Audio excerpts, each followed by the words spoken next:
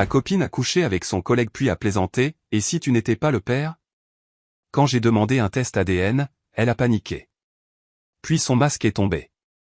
Avant de continuer, n'oubliez pas de vous abonner et dites-nous d'où vous nous regardez dans les commentaires, on lit chacun de vos messages. Ça fait environ 2 ans que je suis avec ma copine, Lilia, 26 ans. Je m'appelle Jake, 28 ans. Juste un mec normal, représentant commercial pour une entreprise de fourniture médicale. Ce n'est rien d'exceptionnel, mais ça paie les factures, vous savez. On s'est rencontrés à la pendaison de crémaillère de mon pote Dave. Elle est entrée, vêtue de cette robe rouge, et mec, j'étais foutu. Sérieux, j'arrivais même plus à formuler des phrases correctement. D'une manière ou d'une autre, j'ai réussi à avoir son numéro et on a commencé à sortir ensemble une semaine plus tard. On est allé beaucoup trop vite. On a emménagé ensemble après seulement 5 mois parce que son bail se terminait. Et elle m'a dit, c'est juste plus logique financièrement. Et moi, comme un con, j'ai répondu, et comment? Je l'ai mise enceinte 4 mois après ça, quand la protection a lâché et que la pilule du lendemain n'a pas fonctionné. Classique, non? Mais honnêtement, après le choc initial, j'étais plutôt excité à l'idée de devenir père. J'ai toujours voulu des enfants, juste peut-être pas si tôt. Lilia a eu une grossesse très difficile. Elle a vomi comme une malade les premiers mois. Pas seulement les nausées matinales, mais des nausées toute la journée. Puis sont arrivées ces sautes d'humeur d'un autre niveau. Genre, pleurer parce que la pizzeria avait oublié sa sauce à l'ail, puis l'instant d'après, rire aux éclats devant des vidéos de chats. J'ai essayé d'être compréhensif, vous savez, les hormones, le fait de faire grandir un être humain et tout ça. Mais il n'y avait pas que les sautes d'humeur. Elle agissait bizarrement pendant sa grossesse. Une fois, vers le 3e mois, j'ai pris son téléphone pour regarder l'heure pendant que le mien chargeait. Elle a littéralement bondi du canapé et me l'a arraché des mains si vite qu'elle a failli le faire tomber. Elle est devenue toute bizarre, disant qu'elle avait des trucs de travail privés dessus, que des patients ne voudraient pas que d'autres voient. Elle est réceptionniste dans un cabinet dentaire. Genre, quel dossier dentaire super secret caches-tu? Mais j'ai laissé tomber. Puis il y a eu cette phase étrange au 2e trimestre où elle n'arrêtait pas de parler de ce collègue, Travis. Travis a dit ci, Travis pense ça, Travis est si drôle. Puis, soudainement, après être tombée enceinte, silence radio complet à propos de Travis, comme si son nom était banni. Quand j'ai posé une question sur lui une fois, du genre, « Hey, qu'est-il arrivé à ce Travis dont tu parlais tout le temps ?» elle est devenue toute défensive. « Pourquoi es-tu si obsédé par mes collègues ?» C'est bizarre, Jake. Je n'ai plus jamais mentionné ce type. Super suspect, avec le recul. Les rendez-vous chez le médecin étaient une autre chose à laquelle j'aurais dû faire attention. Les premiers mois, elle voulait que je sois à chaque rendez-vous. Prendre des jours de congé, réorganiser mon emploi du temps, tout le bazar. Puis, vers le 5e mois, soudainement, elle me dit, tu n'as pas besoin de prendre congé pour ces visites de routine. C'est juste des trucs ennuyeux de poids et de tension artérielle. Quand j'ai insisté pour venir à un rendez-vous parce que je voulais voir l'échographie, elle l'a reporté 2 fois, disant que le médecin avait des urgences. Il y avait aussi ce truc bizarre avec sa mère, Carole. Carole et moi nous sommes toujours bien entendus, mais pendant la grossesse, elle a commencé à me lancer des regards, comme des yeux de chien battu. Une fois, elle m'a serré dans ses bras beaucoup trop longtemps après le dîner du dimanche et m'a dit, « Tu es un homme bon, Jake », d'une voix étrange. À l'époque, j'ai pensé qu'elle était juste émotive à l'idée de devenir grand-mère. Mais stupide que je suis, j'ai balayé tout ça d'un revers de la main. Les hormones de grossesse, me disais-je. Elle fait grandir un humain. Sois indulgent. Tu es juste parano. Je trouvais des excuses pour tout. Notre fils, Milo, est né il y a 3 mois. Il est né avec 2 semaines d'avance, selon Lilia. Mais les infirmières n'arrêtaient pas de dire qu'il avait une belle taille pour un prématuré, 3,4 kg. Je n'y ai pas beaucoup réfléchi à l'époque. Trop occupé à être émerveillé d'être devenu le père de quelqu'un. Ils m'ont même laissé couper le cordon et tout. J'ai pleuré comme un bébé, pour être honnête.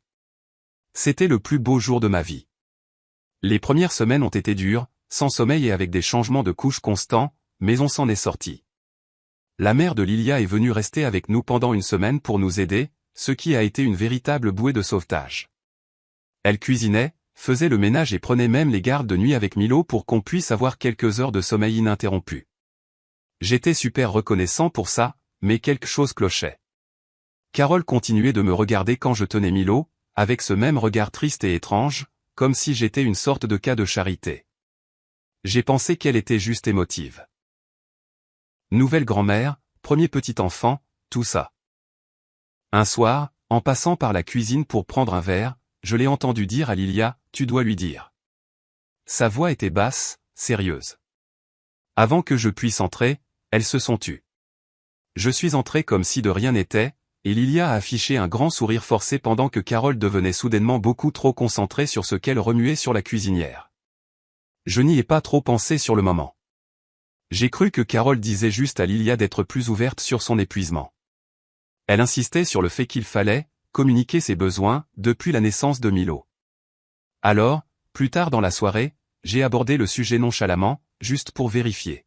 « Qu'est-ce que ta mère voulait dire tout à l'heure quand elle a dit que tu devais me dire quelque chose ?» Lilia a à peine levé les yeux de son téléphone. « Oh, ça. Elle pense juste que je dois te dire à quel point tout ça est écrasant pour moi. Tu sais, les difficultés de nouvelle maman, le manque de sommeil, le train-train habituel. Ça avait du sens. Je veux dire, tu peux me parler de ces choses. Tu le sais, n'est-ce pas ?» Elle a soupiré. « Oui, je sais. Elle s'inquiète juste trop. » J'ai laissé tomber. Dans ma tête, c'était juste Carole qui était Carole. Trop impliquée, trop émotive, toujours à essayer de donner des conseils à Lilia qu'elle n'avait pas demandé. Mais j'ai essayé d'être aussi soutenant que possible. Milo est un enfant mignon. Il a de grands yeux bleus qui, selon tout le monde, changeront probablement de couleur. Les yeux de Lilia sont marrons et les miens sont verts, mais apparemment, c'est de la génétique normale. Quand ma mère est venue et a dit « Milo ne me ressemble pas vraiment, ni à personne dans notre famille », Lilia a pratiquement traîné ma mère dehors pour une conversation privée. Elle est revenue avec de grands sourires forcés, mais je voyais bien qu'elle était furieuse. J'ai remarqué que Milo n'a aucun de mes traits. Pas mon nez, pas mon menton, rien. Mais beaucoup de bébés ressemblent juste à des patates au début, non? Donc voilà où on en était. 3 mois après. Moi, jouant le papa heureux. Lilia, étant bizarre avec son téléphone et devenant défensive dès que quelqu'un mentionnait à qui Milo ressemblait. Mais tout a changé dimanche dernier, au dîner chez les parents de Lilia. On a cette habitude d'y aller un week-end sur 2. Carole fait des lasagnes ou un rôti, Franck, le père de Lilia, parle de ses voyages de pêche, et on prétend tous être la petite famille parfaite. C'est généralement ennuyeux à mourir, mais bon. Nourriture gratuite. Ce dimanche particulier a commencé normalement. On est arrivé vers 17h, Lilia portant Milo dans son siège auto. Carole l'a immédiatement pris en faisant ces bruits de bébé bizarres que font les adultes. Franck m'a donné un soda et on est allé au salon pendant que les femmes s'occupaient de la cuisine. Oui, je sais comment ça sonne, mais c'est comme ça qu'il fonctionne. J'ai déjà proposé d'aider à cuisiner et Carole a agi comme si j'avais suggéré de brûler la maison. Franck regarde une émission de télé-réalité bas de gamme, du genre de celle où ils font des révélations de tests de paternité spectaculaires, vous savez, où le gars pleure ou fait des saltos arrière selon qu'il est le père ou non. Je suis à moitié attentif, faisant défiler ma ligue de football fantasy sur mon téléphone. Lilia entre de la cuisine avec Milo et Safal à côté de moi sur le canapé. À la télé, un gars saute littéralement sur les meubles en hurlant « Je vous l'avais bien dit que j'étais pas le père !» Pendant que la mère fond en larmes. Télé-poubelle classique. Je jette un œil à Lilia, m'attendant à un roulement d'yeux ou à un commentaire sarcastique sur le ridicule de l'émission, mais non. Elle rit, mais genre, elle rit vraiment, un peu trop fort. Ça commence normalement, mais ça continue, de plus en plus fort, aigu, presque forcé. Elle serre Milo comme si elle avait peur qu'il s'envole, son visage devenant rouge. « Waouh !» dis-je en haussant un sourcil. « Je ne savais pas que c'était ton genre d'humour. » Elle agite la main, gloussant encore. « C'est juste. Mon Dieu, ces gens. » Elle allait entre deux rires. C'est tellement dramatique. Genre, tu imagines? Et puis, de nulle part, elle lâche « Et si tu n'étais pas le père de Milo ?» Puis elle rit à nouveau. Mais cette fois, c'est différent. Ce n'est pas le rire franc d'avant. C'est bizarre. Aigu, presque robotique, comme si elle se forçait, essayant de couvrir le fait qu'elle venait de dire quelque chose de vraiment, vraiment stupide. Un silence de mort s'abat sur la pièce. Frank coupe le son de la télé en pleine révélation de paternité. Carole, qui est dans la cuisine en train de remuer une casserole de sauce, fait tomber une cuillère si fort qu'elle résonne sur le sol. Je fixe juste Lilia. Mon cerveau cale. Qu'est-ce qu'elle vient de dire, bordel? Elle tient toujours Milo, mais elle a soudain l'air de vouloir disparaître. Ses yeux parcourent la pièce comme si elle essayait d'évaluer la gravité de sa gaffe. Puis, d'une voix bien trop empressée, elle ajoute rapidement, je plaisante totalement. Regarde sa fossette au menton. C'est tout toi. Son faux sourire est si forcé qu'on dirait qu'il a été dessiné au marqueur. Sauf que je n'ai pas de fossette au menton. Jamais eu. Mais vous savez qui en a une? Le frère de Lilia. Frank se racle la gorge et remet le volume de la télé à fond. Beaucoup trop fort. Carole crie de la cuisine que le dîner est prêt. Même si je peux voir d'où je suis qu'elle est encore en train de remuer les pattes. Le reste du dîner est d'une maladresse infernale. Frank n'arrête pas de parler de l'heure de pêche avec beaucoup trop d'enthousiasme. Carole dit à peine 2 mots. Elle ne cesse de lancer à Lilia des regards du genre, la ferme bon sang, chaque fois qu'elle essaie d'entamer une conversation. Lilia fait ce truc nerveux où elle parle trop et trop vite de choses sans importance. Je me contente de manger et de tenir Milo quand il s'agite. Sur le chemin du retour, j'essaie d'en parler. C'était une blague étrange chez tes parents. Elle devient super défensive immédiatement. Oh mon Dieu. Tu ne peux pas accepter une blague? C'était juste à cause de cette émission stupide que ton père regardait. Pourquoi es-tu si sérieux à ce sujet? Ça semblait juste être une chose bizarre sur laquelle plaisanter. Et tu as dit qu'il a ma fossette au menton, mais je n'en ai pas. Jésus, Jec. C'est juste une stupide fossette. Il a tes yeux. Il n'a certainement pas mes yeux non plus. Les miens sont verts, ceux de Lilia sont marrons et ceux de Milo sont bleu vif. J'ai suivi des cours de biologie au lycée, je sais que ce n'est pas censé fonctionner comme ça, mais je n'ai pas dit cette partie à voix haute. Je n'essaie pas de commencer une dispute, dis-je. Ça m'a juste pris par surprise. Eh bien, arrête d'en faire tout un plat. Mon Dieu, tu es parano. C'est parce que ton ex t'a trompé? Tu projettes ça sur moi maintenant? Coup bas. Mon ex de l'université m'a trompé et Lilia sait que c'est un point sensible, mais le mentionner donnait l'impression qu'elle essayait de me faire passer pour le méchant pour avoir remis en question sa blague merdique. On a fait le reste du trajet en silence. Je n'arrêtais pas de rejouer le moment dans ma tête, la façon dont elle l'avait dit. La panique quand personne n'a ri, la façon dont ses parents ont réagi, non pas confus, mais tendus, comme s'ils savaient quelque chose que j'ignorais. Je ne sais pas pourquoi, mais ça m'a poussé à y regarder de plus près, même si ce n'était qu'une blague.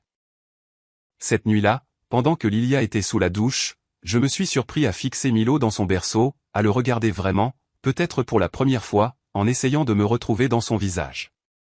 Ses cheveux foncent pour se rapprocher de la couleur de ceux de Lilia. Son nez est minuscule et retroussé comme le sien. Le mien est un gros pif, merci les gènes italiens de mon père. Ses yeux ne ressemblent à aucun des nôtres. Ça pourrait être normal, non? La génétique est bizarre. Tous les enfants ne sont pas des copies conformes de leurs parents. Mais combiné à ce commentaire, je ne pouvais pas empêcher les pensées de tourner dans ma tête. Les jours suivants, j'ai essayé de l'observer de plus près, pour voir s'il y avait des signes. Et honnêtement, rien ne semblait différent. Lilia était la même qu'elle avait toujours été. Occupée avec Milo, épuisée, mais plaisantant toujours avec moi comme d'habitude. Si quoi que ce soit, elle semblait plus affectueuse, s'appuyant toujours contre moi sur le canapé, m'embrassant sur le front quand elle passait. Des petites choses comme ça. Le commentaire au dîner me trottait toujours dans la tête, cependant. Mais elle n'a pas agi bizarrement par la suite. Pas d'énergie nerveuse, pas d'évitement. Si j'abordais le sujet de Milo, elle était tout aussi attentionnée que d'habitude. Une chose s'est démarquée, cependant, la salle de sport. Elle avait repris quelques semaines après la naissance de Milo, ce à quoi je n'avais pas beaucoup réfléchi. Elle était vraiment passionnée de fitness avant la grossesse, disant toujours qu'elle avait hâte de reprendre sa routine. Maintenant, elle y allait 3 fois par semaine, toujours à la même heure, sans jamais manquer une séance. J'ai plaisanté un soir, tu es plus assidu que moi. Peut-être que je devrais commencer à venir avec toi. Elle a à peine levé les yeux de ses bodys de Milo qu'elle pliait. Chérie, c'est littéralement la seule chose que je fais juste pour moi. Peux-tu s'il te plaît me laisser ça? Ce n'était même pas dit sur un ton défensif, plus comme si elle était épuisée et me suppliait de ne pas lui enlever cette seule chose. J'ai reculé, lui ai dit que je plaisantais. J'ai commencé à penser que je surréagissais peut-être, mais environ une semaine après l'incident du dîner, je l'ai surprise au téléphone avec sa sœur. J'étais dans le salon avec Milo pendant qu'elle était dans la chambre, la porte à moitié fermée. Je n'essayais pas d'écouter aux portes, mais sa voix était forte. Je ne sais pas ce qui m'a pris, grognatait-elle. C'est juste sorti avant que je puisse l'arrêter. Elle fit une pause, puis rit. Je sais, je sais. C'était si stupide. Tu aurais dû voir sa tête. Et mes parents. Oh mon Dieu. On aurait pu entendre une mouche voler. J'ai senti mon estomac se nouer. Sa sœur a dû lui demander si elle avait clarifié les choses, car Lilia a soupiré. Oui, je lui ai dit que c'était une blague. Je veux dire, évidemment, ce n'est pas comme si j'allais vraiment. Elle s'est interrompue. Bref, oui, il avait l'air d'aller bien après. J'aurais dû entrer. J'aurais dû demander tout de suite pourquoi diable elle avait même ressenti le besoin de clarifier ça. Mais au lieu de ça, je suis resté assis là, à bercer Milo sur mon genou, prétendant que je n'avais pas entendu quelque chose qui me serrait la poitrine. Mais je pense qu'elle a remarqué que je suis devenu trop attentif ces derniers temps, parce qu'elle se sentait bizarre que je tienne Milo. Avant tout ça, elle était heureuse de me le laisser pour qu'elle puisse faire une sieste ou prendre une douche. Maintenant, elle plane constamment, me le prend des bras en disant qu'il a besoin de sa maman dès qu'il fait le moindre bruit. Et quand ma mère est venue la semaine dernière et a innocemment commenté que Milo ne ressemblait pas beaucoup à notre côté de la famille, Lilia a failli avoir une crise de nerfs dans la voiture après, traitant ma mère de jugeante et disant qu'elle essayait de créer des problèmes. Ma mère est la personne la plus douce du monde. Elle n'essayait certainement pas de commencer quoi que ce soit. Je n'arrêtais pas d'essayer de réprimer mes soupçons, me disant que j'étais parano, mais ce stupide commentaire chez ses parents avait planté une graine dans mon cerveau et elle prenait racine de jour en jour. J'ai commencé à chercher sur Google des trucs comme « Comment savoir si le bébé est le vôtre ?» et « Quand les bébés commencent-ils à ressembler à leur père ?» Tard le soir, quand Lilia dormait. J'ai lu que les bébés ressemblent souvent plus à leur père au début, comme un truc évolutif pour s'assurer que les pères restent. Mais Milo, rien en lui ne criait « Jake Junior ». Les soupçons ne cessaient de grandir et je commençais à voir Milo comme un enfant au hasard qui n'était pas le mien. J'ai remarqué que j'allais trop loin, mais je ne savais pas quoi faire. J'avais besoin de preuves. Le point de rupture a été atteint il y a 3 nuits. On se disputait pour savoir à qui c'était le tour de laver les biberons. J'avais fait des heures supplémentaires toute la semaine et j'étais mort de fatigue.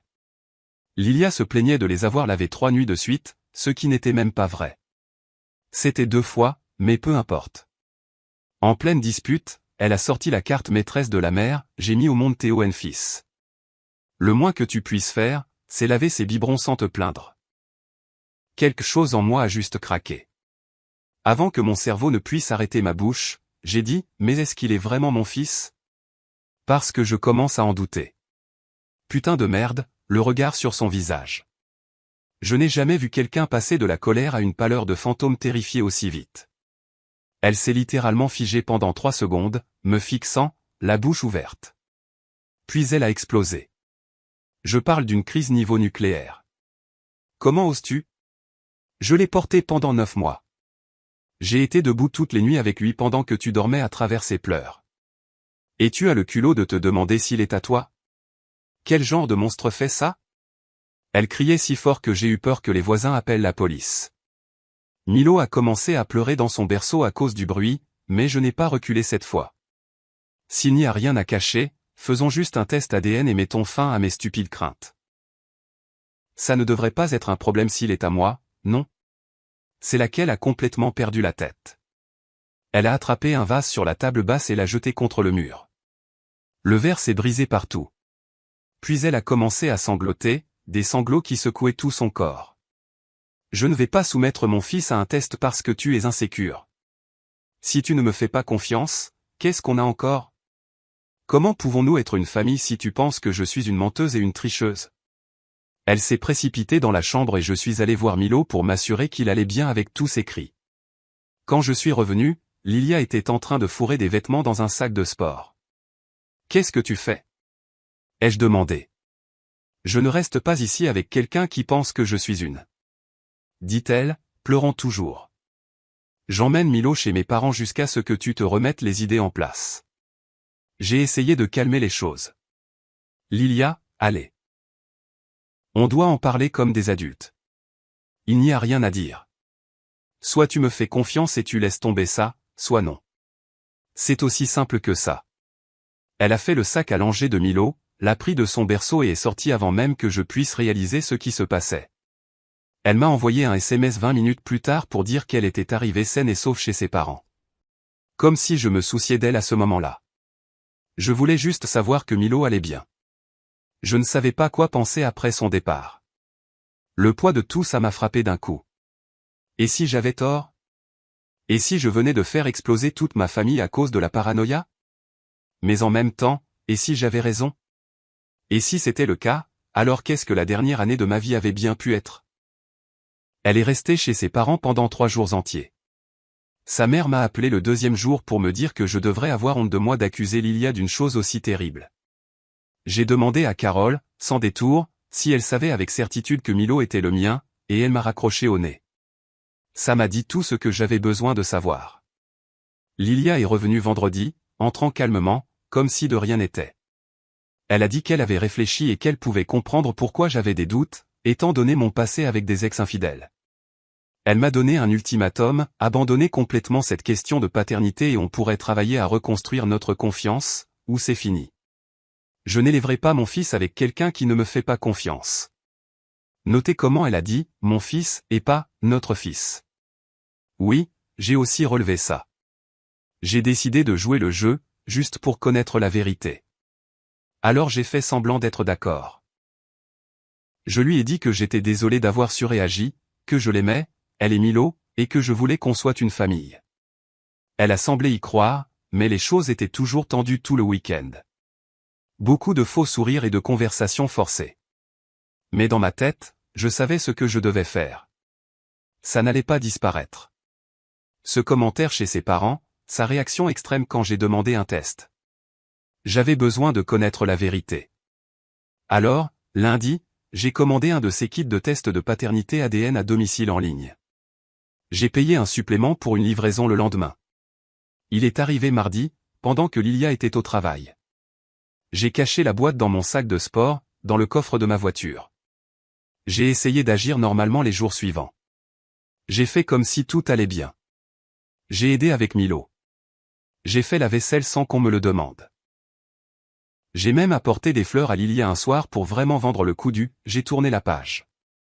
À l'intérieur, cependant, j'étais un chaos, dormant à peine, vérifiant son téléphone chaque fois qu'elle le laissait traîner, ce qui n'arrivait presque jamais.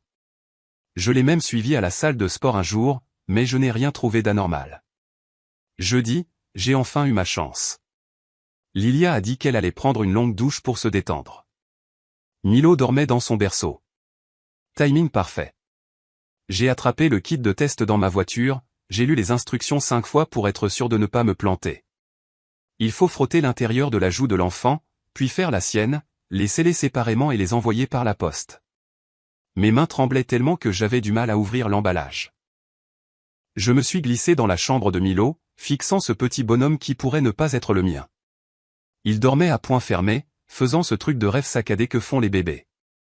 Pendant une seconde, j'ai failli reculer. Et si je me trompais et que j'étais en train de détruire ma relation pour rien? Mais ensuite, je me suis souvenu du visage de Lilia quand j'ai demandé un test. Pas confuse ou blessée, mais effrayée. Ce n'est pas comme ça que les gens innocents réagissent. J'ai délicatement frotté l'intérieur de la joue de Milo, en essayant de ne pas le réveiller. Il a bougé un peu mais ne s'est pas réveillé. J'ai scellé cet échantillon dans son contenant, puis j'ai fait ma propre joue, l'ai scellé et j'ai tout remis dans l'enveloppe avec les informations de ma carte de crédit. La douche s'est arrêtée juste au moment où je finissais. J'ai glissé l'enveloppe dans ma poche et je suis à peine retourné au salon avant que Lilia ne sorte en peignoir. Elle m'a demandé ce que je faisais et j'ai dit que je vérifiais juste Milo. J'ai posté le test pendant ma pause déjeuner le lendemain. J'ai payé 200 $ pour un traitement accéléré. Ils ont dit que les résultats arriveraient dans 2 ou 3 jours ouvrables. Je pensais être tiré d'affaire jusqu'à samedi matin. Lilia faisait la lessive. Oui, je sais, j'aurais dû la faire moi-même. Erreur de débutant. Et elle a trouvé le reçu du laboratoire ADN dans la poche de ma veste. J'avais complètement oublié qu'il était là. Elle a déboulé dans le salon où je donnais à manger à Milo, serrant un reçu froissé dans sa main comme si c'était une pièce à conviction. Son visage était rouge, ses yeux sauvages. « C'est quoi, ça, bordel ?» a-t-elle craché en me tendant le papier. J'ai à peine jeté un coup d'œil. Je savais déjà. Milo a commencé à s'agiter dans mes bras, se tortillant comme s'il sentait la tension dans la pièce. J'ai pris une profonde inspiration et j'ai croisé son regard. C'est exactement ce que ça a l'air d'être, ai-je dit. Tu es passé derrière mon dos après m'avoir promis que tu en avais fini avec ça, a-t-elle hurlé. Quand est-ce que tu as fait le prélèvement? Pendant que j'étais sous la douche. Tu te fous de moi. Elle criait maintenant, et Milo a poussé un cri aigu. Je l'ai instinctivement serré plus fort contre moi, lui frottant le dos. Elle était trop énervée pour le tenir. Si tu n'as rien à cacher, pourquoi as-tu si peur des résultats? Ma voix était stable. Je n'allais pas me mettre à son niveau d'hystérie. Pas devant Milo. Le corps entier de Lilia tremblait alors qu'elle prenait des respirations courtes et saccadées. Puis elle a éclaté en sanglots, des pleurs incontrôlables. Même s'il est à toi, tu nous as détruits, a-t-elle étouffé entre 2 sanglots. Comment pourrais-je te faire confiance à nouveau? Tu es passé derrière mon dos. Tu as pris l'ADN de mon bébé sans me le demander. Je me suis approché, j'ai délicatement posé Milo dans sa balancelle. J'avais besoin de mes mains libres pour cette conversation. Je ne m'excuserai pas d'avoir eu besoin de connaître la vérité. Ma voix était plus ferme maintenant. Mais je suis désolé d'avoir dû le faire de cette façon, Lilia. Tu ne m'as pas laissé le choix. Ce doute me rongeait de l'intérieur. Ses sanglots se sont étranglés et elle a essuyé son visage avec colère. Pourquoi n'as-tu pas pu simplement me faire confiance? J'ai ri, un rire amer et sans joie. Tu es sérieuse? Après tout ça? Tu fais ce commentaire merdique chez tes parents, puis tu pètes un câble dès que quelqu'un mentionne à qui Milo ressemble. J'essaie d'en parler et tu me coupes la parole. J'aborde la chronologie et tu deviens défensive. Qu'est-ce que j'étais censé penser? Elle s'est tue, ses lèvres se pressant en une ligne serrée. Quand arrivent les résultats? Sa voix était faible maintenant. Lundi ou mardi. Un lent hochement de tête.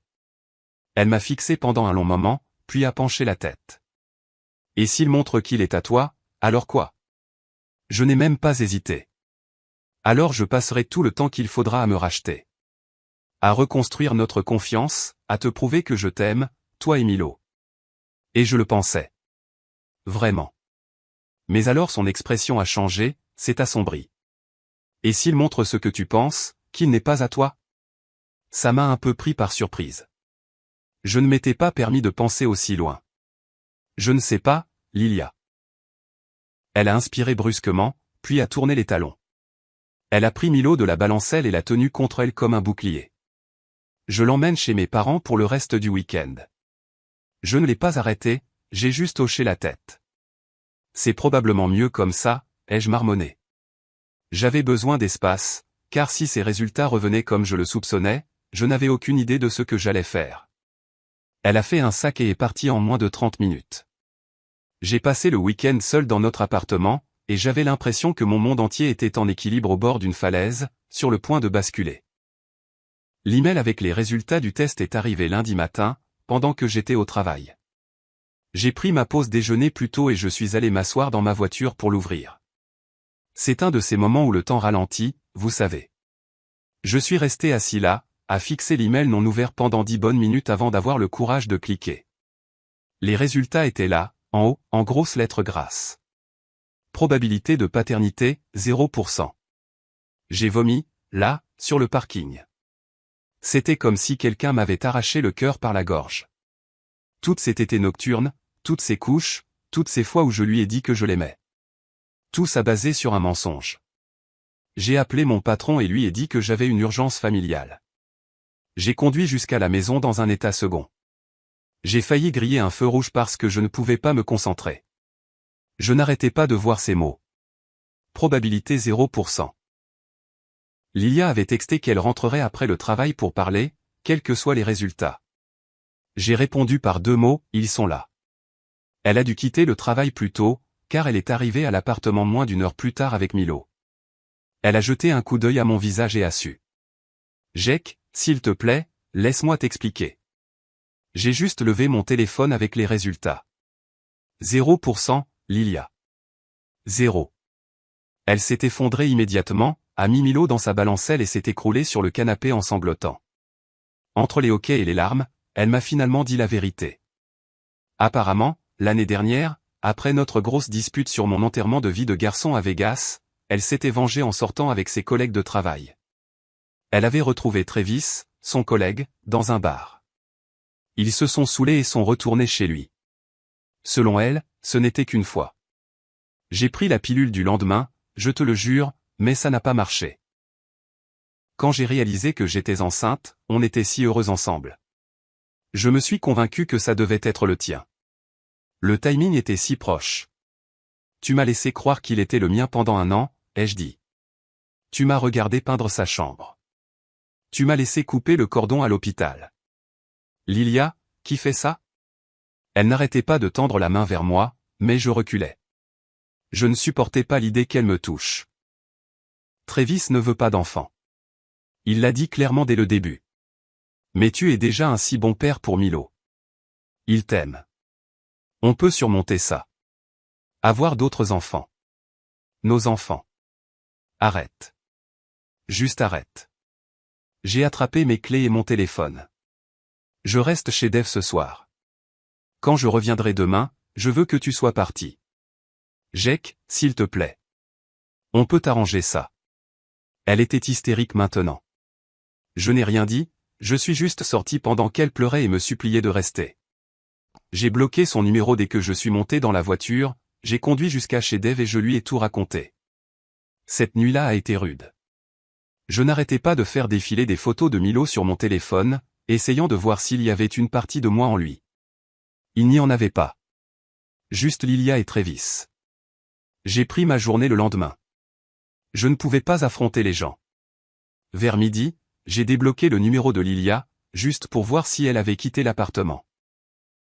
J'avais 47 textos en attente, principalement des variations de « S'il te plaît, rentre à la maison, on peut arranger ça » et « Milo a besoin de toi ». J'ai répondu par un seul texto « Es-tu sorti de l'appartement » Elle a dit « Oui, je suis chez mes parents ».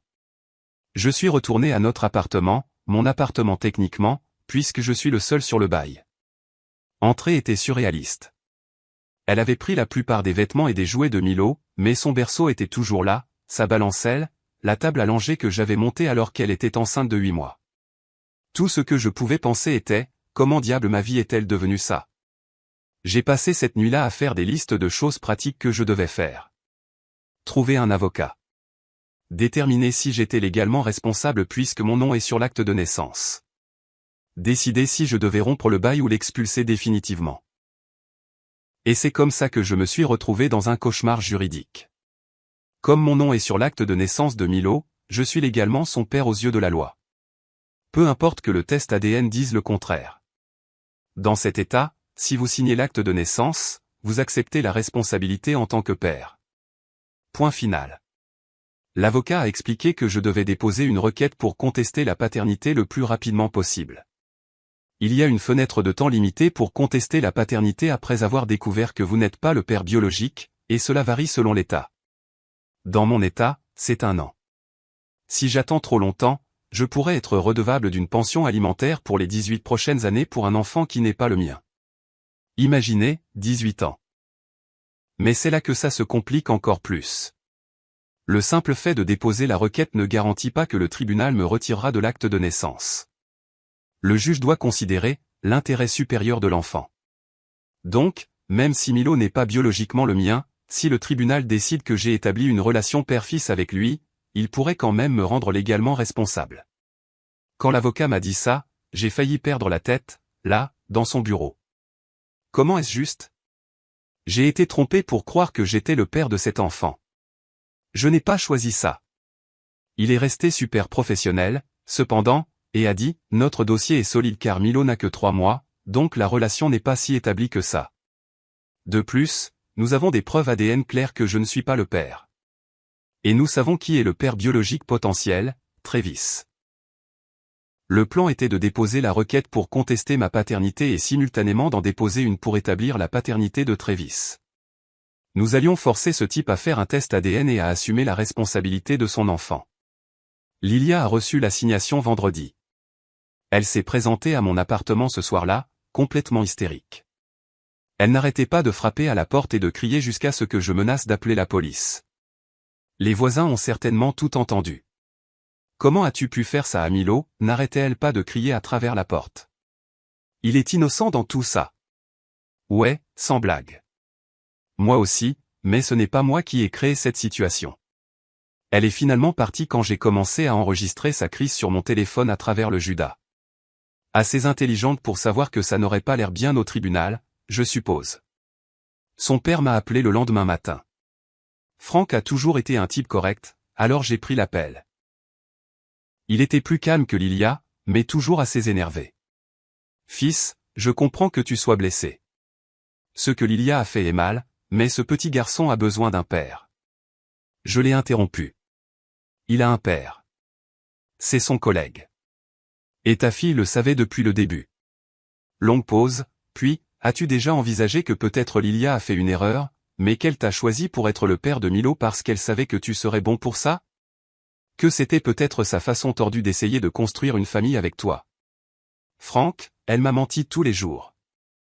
Elle m'a regardé construire une chambre pour un enfant qu'elle savait probablement ne pas être le mien. Comment te sentirais-tu si quelqu'un te faisait ça? Il a soupiré. Je me sentirais exactement comme toi. Mais je te demande de penser à Milo. Je sais que ce petit bonhomme n'a rien fait de mal, mais moi non plus. Je suis désolé, Frank, mais je ne peux pas élever l'enfant d'un autre homme né d'un mensonge. Je ne peux tout simplement pas. Dimanche, Lilia a texté que Travis refusait de faire le test de paternité ordonné par le tribunal. Il dit qu'il sait qu'il n'est pas le père et qu'elle essaie de lui mettre ça sur le dos. Ironique, non? On récolte ce que l'on sème. Lors de l'audience préliminaire, Lilia s'est présentée avec son propre avocat. Je m'attendais à ce qu'elle conteste tout, mais étonnamment, elle ne l'a pas fait. Son avocat a dit qu'il ne s'opposait pas à la requête pour contester la paternité. Il demande juste un droit de visite pour moi, si je le veux, puisque Milo me connaît comme son père. Le juge a ordonné à Travis de se présenter pour un test ADN lundi prochain. S'il ne se présente pas, un mandat d'arrêt pourrait être émis contre lui. Le tribunal a finalement statué sur mon cas 6 semaines après ma dernière mise à jour. Mon nom a été officiellement retiré de l'acte de naissance de Milo. Je ne suis légalement plus son père. Ça peut paraître bizarre, mais quand le juge l'a rendu officiel, j'ai ressenti un étrange mélange de soulagement et de vide en même temps. Ce type, Travis, a finalement fait le test ADN, qui a confirmé ce que nous savions déjà. Il est le père biologique. Maintenant, il est légalement responsable de la pension alimentaire. Mon avocat dit que j'ai de la chance que ça n'ait pas traîné pendant des années, ce qui arrive apparemment souvent dans ces situations. Petite victoire, je suppose. Après la décision du tribunal, les choses sont devenues encore plus bizarres. Lilia m'a appelé en pleurant, disant que Milo était malade avec une otite et que Travis ne voulait pas l'aider. « Tu es le seul père qu'ils connaissent », sanglotait-elle. Je lui ai raccroché au nez. Le lendemain, elle s'est présentée à mon appartement avec Milo, frappant à la porte et pleurant. Je n'ai pas répondu, j'ai regardé par le Judas jusqu'à ce qu'elle finisse par abandonner et partir. Elle a glissé une note sous la porte qui disait juste « Il sera toujours ton fils de la manière qui compte ». Je l'ai brûlé dans l'évier de la cuisine. J'ai fait envoyer par mon avocat une mise en demeure après ça. Elle ne m'a pas contacté depuis. Ça a été dur, je ne vais pas mentir. Le premier mois après la décision du tribunal, je me réveillais parfois en pensant entendre Milo pleurer dans l'autre pièce. Je sortais même du lit avant de me souvenir qu'il n'était pas là. N'avait jamais vraiment été le mien, pour commencer. J'ai fini par suivre le conseil de Dave et j'ai donné littéralement tout ce qui concernait le bébé à un refuge pour femmes. Le berceau, les vêtements, les jouets, tout. Je n'ai absolument rien gardé. C'était une journée difficile, emballer tout ça. J'ai trouvé ce body, meilleur copain de papa, que je lui avais acheté avant sa naissance. J'ai failli le garder, mais je savais que ça me perturberait à long terme. J'ai obtenu un transfert au bureau de mon entreprise à Austin. Nouvelle ville, nouvel appartement, nouveau numéro de téléphone, un tout nouveau départ. J'ai seulement dit à quelques amis proches où j'allais. Un nouveau départ complet. Pour tous ceux qui traversent quelque chose de similaire, faites le test ADN tout de suite si vous avez le moindre doute. N'attendez pas et prenez un avocat immédiatement. Le système juridique n'est pas conçu pour être juste envers les gars dans notre situation. De plus, découvrir que quelqu'un que vous aimiez pouvait vous mentir en face tous les jours pendant un an perturbe vraiment votre esprit.